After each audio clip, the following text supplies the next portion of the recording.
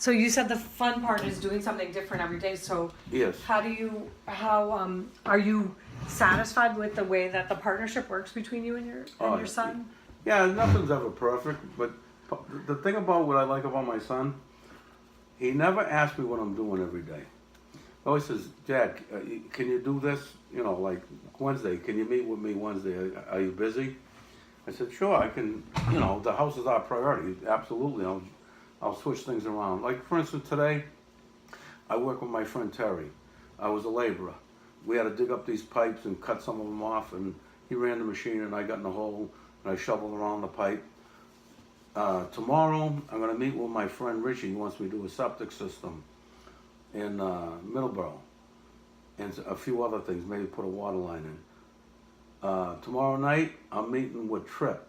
He's put an addition on his house, and he wants me to go over the grades so he digs it right. And I'm going to have to dig a small section of it. I know how to do any job.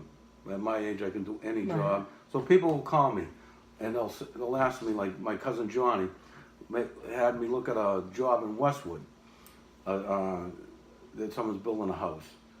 And I didn't like the situation. The excavator that was there did so much work and left the job.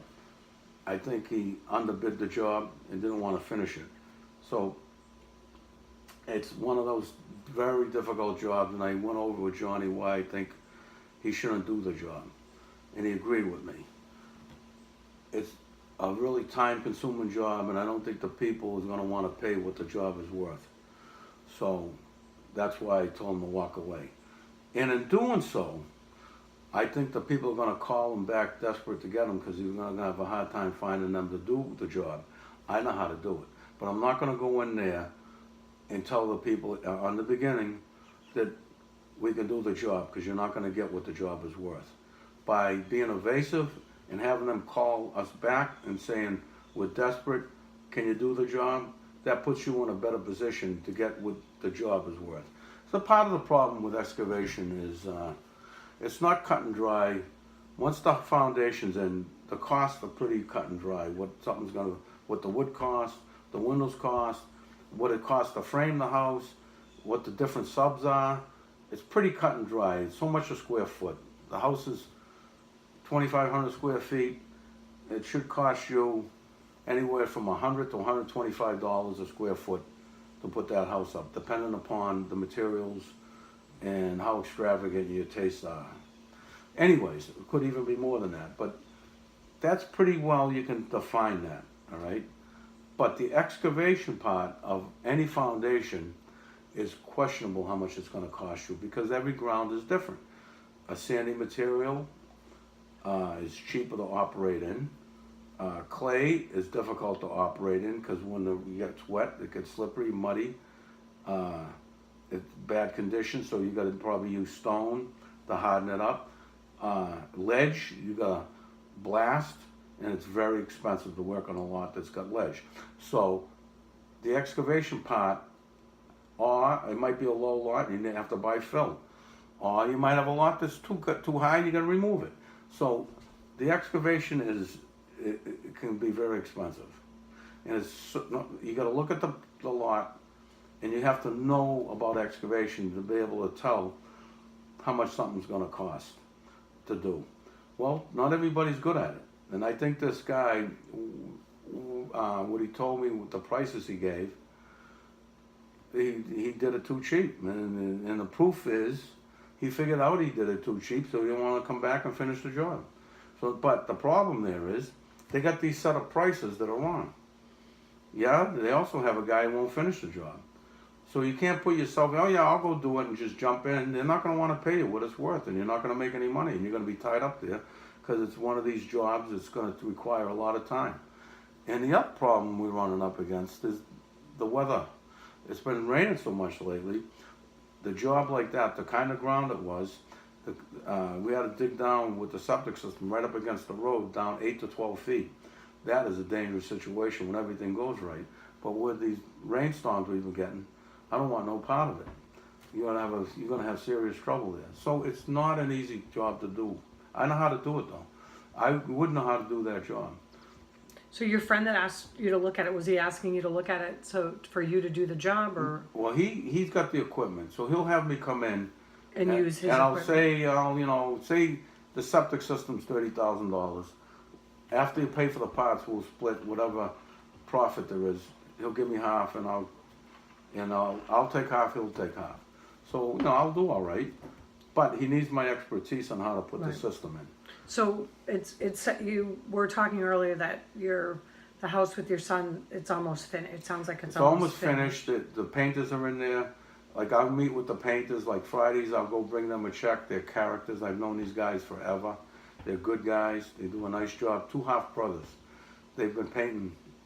I've known them for the last 25 years. But anyways, they're in there painting. And on Friday, I'll come by and I'll say, "How much do you want?" And they'll tell me. They did give us a price though, on what it's going Right. to cost us. And so we give them so much towards that price, and they're happy. They're happy. They're working. And they're happy. They're getting paid. So and they also will do me a favor. Like one of the windows, the Harvey windows was broken, and I couldn't be there. I didn't think I could be there when the Harvey salesman showed up. So I told the painter, I went down on the cellar and showed him which window it was that was broken. So when the Harvey guy come by, I went back there. He said, "Oh, I took care of it. He's gonna bring you a new sash," and so that worked out. So you're nice to people. I pay them. You're nice to them. You get them to do you a favor. You can't be there every second, Yeah. so it pays to be. They have a good rapport with your subs. So how will things? So earlier you said that that sometimes you have trouble, that your son kind of takes care of the subs, but it sounds like you have a good relationship. We do With have the a good people that you work relationship with with. my son. I do have a, but I'm going to tell you something. No partnership is perfect. One of the old times that we bought land with, me and my brothers bought land, sold land. George Davey loved to buy and sell land. He's not alive anymore, but he was a great guy. And he says, with a partnership, you got to take the bitter with the sweet. So nothing goes smooth. So you have to overlook a lot of things. I asked my father, I said, "Dad, you've been in business with your brothers forever. How did you last so long?" He said, "Hey, George, as long as I got out of the business what I needed to get, I didn't care what my brothers got." That's the way he looked at it. He didn't have to get every little nickel. Like, I can remember my brothers, they said, "Hey, we're all getting our driveways done over. You want your driveway redone?" I said, "Nah, I don't need it now. When I need it, I'll worry about it then." So I didn't have to get everything that they got at the moment they got it. And that's what I learned from my father. But So- as long as I got what I needed to get, So I'm how do you happy. decide what you need to get? So it sounds like the house is almost ready to sell. So yeah. how we We're going to split the profit. how do you do that? How do you Well, guys work that out? we have investors. So after we pay the investors, whatever the profits left over, half it's his, half it's mine. 'Cause, I mean, you got to claim it on your income tax, so half and half. If there's a $50,000 profit that we can actually take, I'll get $25,000. He'll get $25,000. I personally think on this house there could be a $100,000 profit, and I think the investors are going to get half of that. But we would have never done the job if we didn't have an investor to buy the lot in the first place. We have an investor that come up with $300,000. And we had another investor come up with $150,000. So we have $450,000 of money, other people's money in this house. We paid $250,000 for the lot. So then we had $200,000 of money to build the house with their money. Of course, it's not enough money. We needed another at least 200 plus to build it. So, on that being said, me and my son are obligated for the rest of it. All right. And the other reason why I wanted to sell buy that lot, it was a lot in the subdivision, and I got 1/4 of the money from the sale of the lot. So I already got money out of it. And the other reason why I thought it was a great spot we could have no problem selling. We didn't. We sold a big house on it. I don't know if we got quite enough money for what it's cost us, but here's the thing about what you got to understand. If you're not in the game, you're never going to have people come to you and say, hey, I got a piece of land. You guys interested in it? If you're not a builder, they won't do that. So next spring, we had someone come to us and said, well, I'm going to put a road in. I want you guys to buy the lots. He knows that we build houses. We're in the game. So you got to stay in the game. And we have if we can buy these lots for the price that my son quoted them, I think we'll do pretty well. It's a small subdivision, which I like. But I can't say this enough. You don't have to make a killing on each house. Like the people that are building a house next to us, me and my brother sold the other lot, we have 2 lots, to another builder. And I don't really like the quality of the products that he puts in the house, so to speak. Now, who's this, your brother? No, this is a builder, another builder. I like the people. The builders, they've been nice to us. I don't kind of like, I don't know how to explain it. They build as cheap of a house as they possibly can, but it's not really a really cheap house.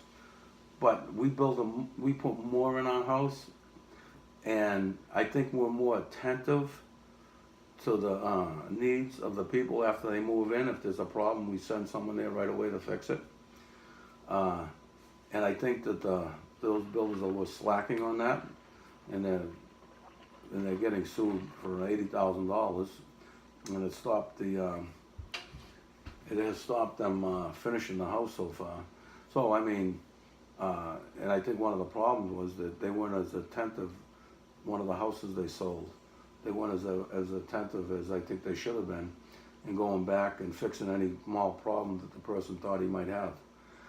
So what happens is this, like anything, a small problem that can be addressed can turn into a major problem, and I think that's what happened.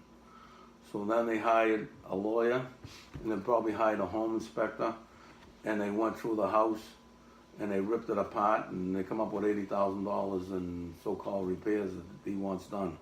And this is a house that's not even a year old, so I don't know. I think a lot of it is baloney, but like I said, now they got to deal with a huge problem where if they would have addressed it sooner, I could be wrong, but in my perspective, if you address it immediately, a small problem stays a small problem. So if you let it fester, it becomes a problem, a serious problem. So I mean, you got to know what you're doing. You got to know what you're doing in building. There's a lot to it. It sounds very much like you know what you're doing. Then, have you kind of back to the retiring thing? Have you and your son talked about, as at some point in time you may not want to or be able to work as much as you do, and how that will work out or how that won't work? I think quite the opposite.